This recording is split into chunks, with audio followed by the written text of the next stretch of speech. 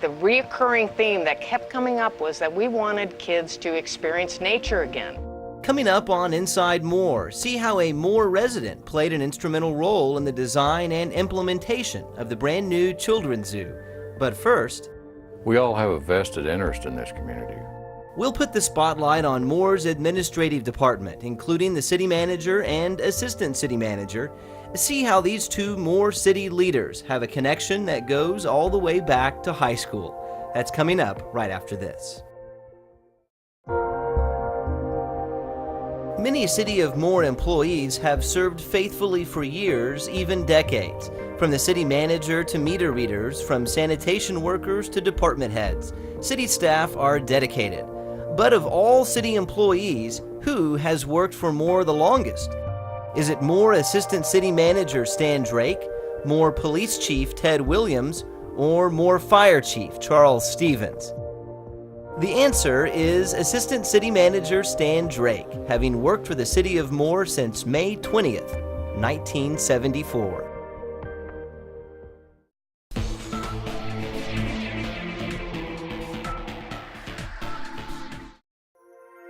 "1973 was a pivotal year for Moore, but you'd never know it unless you looked closely at this composite of the 1973 Moore High School seniors. Among them, you'll find two men, Steve Eddy and Stan Drake. While that may have been uneventful then, it now seems almost too unusual to be true today. Those two graduates are now the top leaders in the city they call home. I wouldn't be here now if it wasn't for Steve Eddy. He's been my supervisor ever since he started with the city.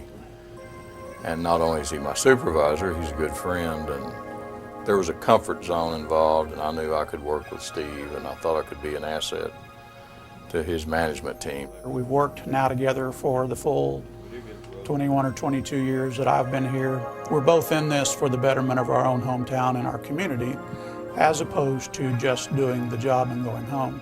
Steve Eddy has been Moore's city manager for almost 12 years, a very long time for a city manager to stay in one spot. Many will remember his tenure began as the city was still reeling from the destructive May 3rd tornado. It was a challenge that could have derailed the new city leader, but in the end, city staff and their leader endured as new growth propelled Moore into a place unimaginable 12 years ago. Looking back on it, it is very remarkable. It's just amazing sometimes, and sometimes I'll sit on the top of the, not for very long or I'll get run over, but I'll sit on top of the bridge at 19th and I-35 and look over there and see all that, and that's all been done, virtually all of it since that tornado. I do actually believe that that disaster, as bad as it was, helped our community be much better. Along the way, Mr. Eddy has relied on the support of his staff in the city manager's office and the leaders of each city department to help foster growth in the city. But what exactly is each person's role, and how does it connect with the executive offices? Well, to start, you have the city manager, who oversees all city departments. Well, the city manager's role itself is essentially the role of the city manager's department, and that is basically to oversee the day-to-day operations of the city as a whole. So my job, or the city management department's job, is to oversee all the line departments, all the city departments, all employees ultimately. To help support Mr. Eddy in his role, Assistant City Manager Stan Drake looks over infrastructure needs in the city, including water line fixes, road projects, and park improvements. Department leaders in those areas report to Mr. Drake directly to make sure each project is running smoothly. In his many years with the city, Mr. Drake still finds satisfaction in seeing projects completed that benefit the community. Well, you can see results. I mean, when we go build a new arterial roadway, there's instant gratification from the community. When we build a new park, the entire community gets satisfaction out of that. The things we do, it impacts the entire community in some form or fashion. A major component of the city manager's office is crafting a budget each year, a long and sometimes laborious process. Each department submits their own budget proposal, and it's the job of the city manager to combine all those proposals into a workable and balanced financial plan. One of the primary functions of the city manager is to present a balanced budget to the city council each spring is when it comes up, and then to implement that budget on a fiscal year-to-year basis. City Finance Director Jim Corbett understands the daunting task of putting together that budget. Despite the challenges, Jim says the city's maintained a solid financial footing through Mr. Eddy's leadership. During his tenure, I think he has a very good handle on the finances. He's learned from the beginning. He doesn't necessarily have an accounting or financial background, but he's learned quickly. 2 secretaries complete the staff for the city manager's department, forming an essential division within city government. With department leaders reporting to the administrative department regularly, they each have a unique perspective on their leadership style. Parks and Recreation Director Todd Jensen works directly with Mr. Drake and says his management style makes him an effective leader. The best managers are the ones that leave you to do your job, and they don't micromanage. They give you good direction and clear instructions, and Stan's great about that. Stan also has done a lot of positions here and more. He's got a lot of experience. I've always said that if everybody had the common sense that Stan does, it would be remarkable the things that we could do. Deidre Ebry works hand in hand with Mr. Eddy to boost the city's economic development. She believes the long-running city manager uses a management style that empowers department heads to be more effective. I think the best thing about him is that he's very willing to say, you have a better idea, or you were right in that instance. And that goes a long way of building up confidence and competence of us as leaders. City leaders also praise the city manager's high ethical standards.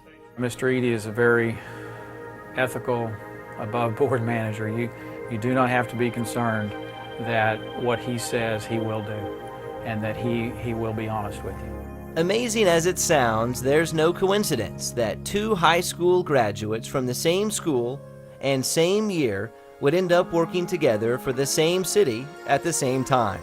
Hard work, not luck, brought these 2 leaders together, and their love for more motivates them to foster progress even today. We all have a vested interest in this community. We all live here.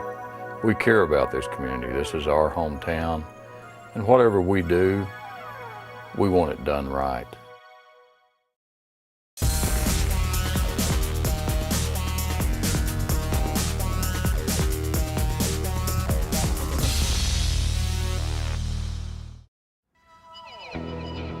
You're looking at Northwest 23rd Street between Nottingham Way and Queensbury in Moore.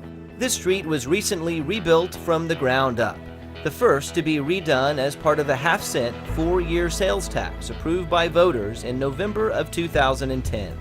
80% of those funds were specifically set aside for rehab of residential streets, and already we've seen results.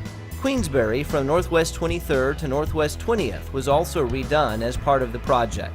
Citizens will see many more residential road projects come to fruition as a result of this tax in the coming months and years. Check inside more regularly for updates on these and other municipal projects taking place in the city of Moore.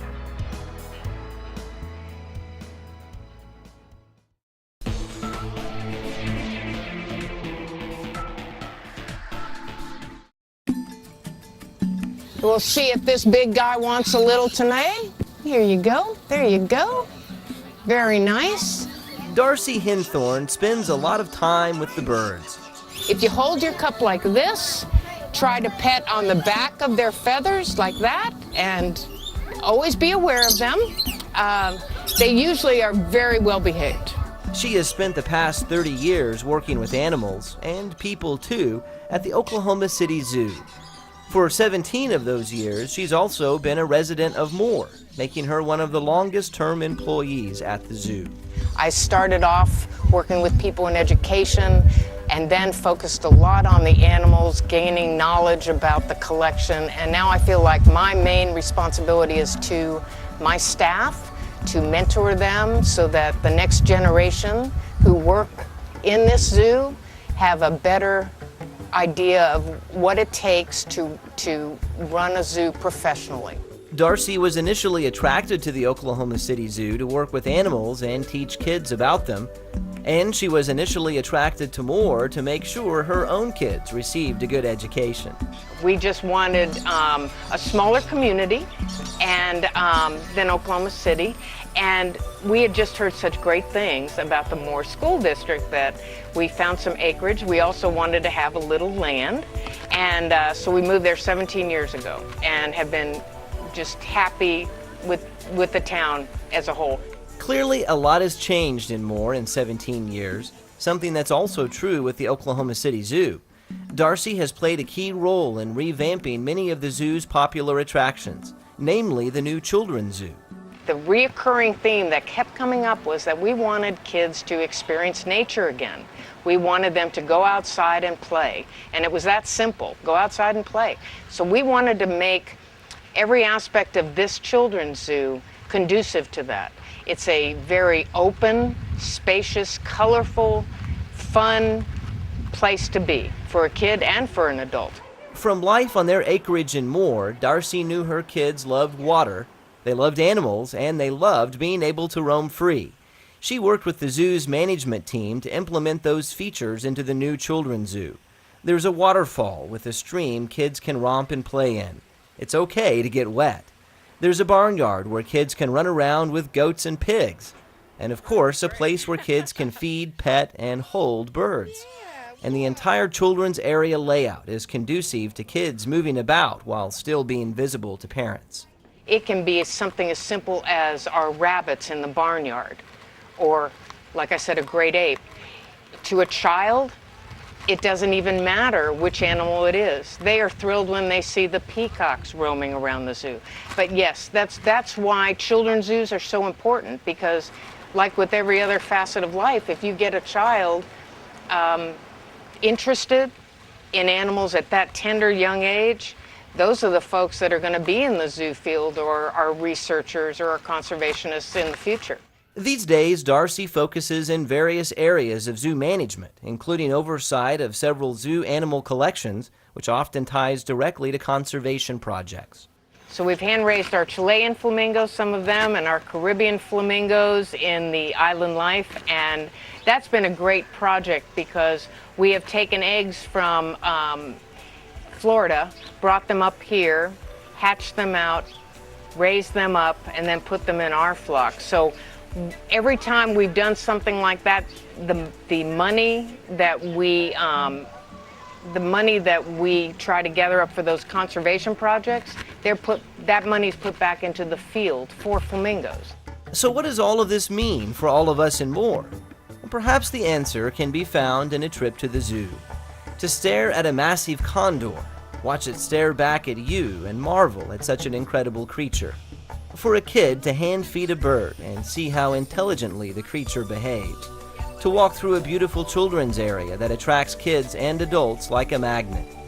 And then to think that a Moore resident played a key role in developing the place, raising the animals, and managing their acquisition. It's a pretty neat thing.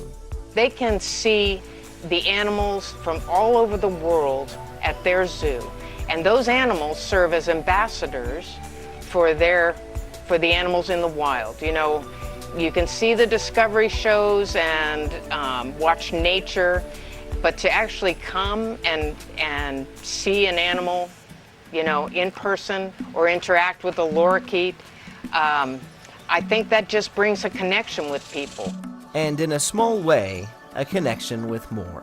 I was just one part of making this zoo one of the best in the country.